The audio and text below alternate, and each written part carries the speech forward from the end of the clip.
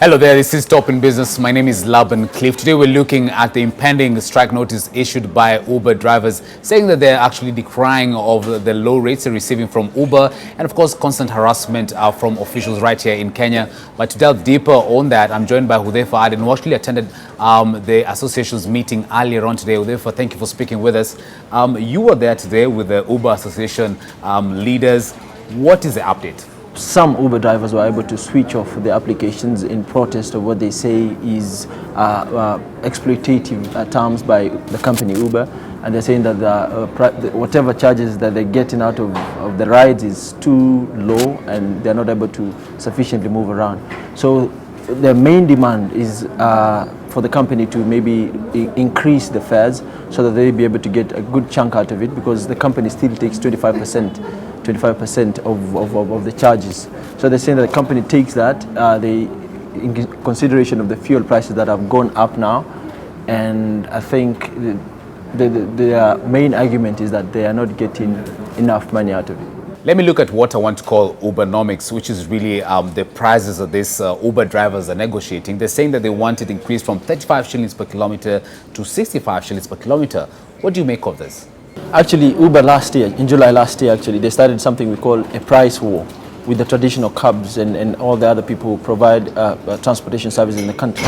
They actually slashed their fares by almost 35%, where they were able to reduce the per kilometer charges from 60 shillings per kilometer to 35 shillings per kilometer. They reduced their per minute charges from 4 shillings per minute to 3 shillings per minute. Now the drivers are demanding that indeed they should go back to how the fares were before, of the 60 shillings per kilometer and 4 shillings per minute. These drivers engaged Uber before on these demands that they're making. Many of the drivers that I spoke to this morning tell me that they have been able to speak to the leadership and they are not forthcoming. Every time they go to them, they are reminded that they're indeed not employees of Uber, the company. So you'd realize that Uber is just but a platform.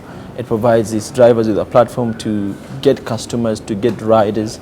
So ideally what they're telling me is that they've spoken to the leadership, they've spoken to the management, and they're not getting any response from them.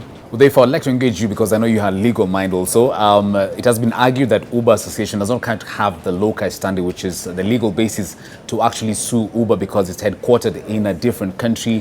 What do you make of this, that they say that they've gone to court, in and out of court, to call for the demands? The Ubers of this world, the Netflix of this world, it's still illegal. Actually, it still poses a legal hurdle for many of the jurisdictions in the world. You cannot. How would you sue Uber Kenya? How would you sue? Would you sue the parent company, or would you sue the, Uber Kenya? So lawyers and legal practitioners are still looking at that. But then again, I think it still remains quite tough to sue Uber in Kenya. So the only way is still suing the parent company. All right, Hudheifa. So what shall we expect from now till Thursday when the Uber drivers have said that they will actually go on strike? The guys who came together today who are protesting this move are saying that right now they're still again trying to engage the Uber leadership, the Uber management here in Kenya to find a way out of the problem. But then again, they're equally looking to the security agencies so that they be able to be provided with clearance so that they can demonstrate on Thursday. 3 days, Thursday, Friday and Monday, because over the weekend ideally there is no much of a work that they do. They will be switching off again, they will be switching the applications again. I hear today there's been a bit of a price surge because of the very few cars that were on the road, because most of them had ideally switched off the application. So there was a bit of a price surge. People here in Nairobi and a bit of Mombasa were able to pay more or even double the amount that they would ideally pay for a day like today. Therefore, thank you so much for speaking with us. Thank you for having me. Yes. We'll bring you up to date on what would happen ideally from today until Thursday. All right, and that's it for Top in Business. Remember, you can interact with us online. My name is Laban Cliff, and remember to keep it business.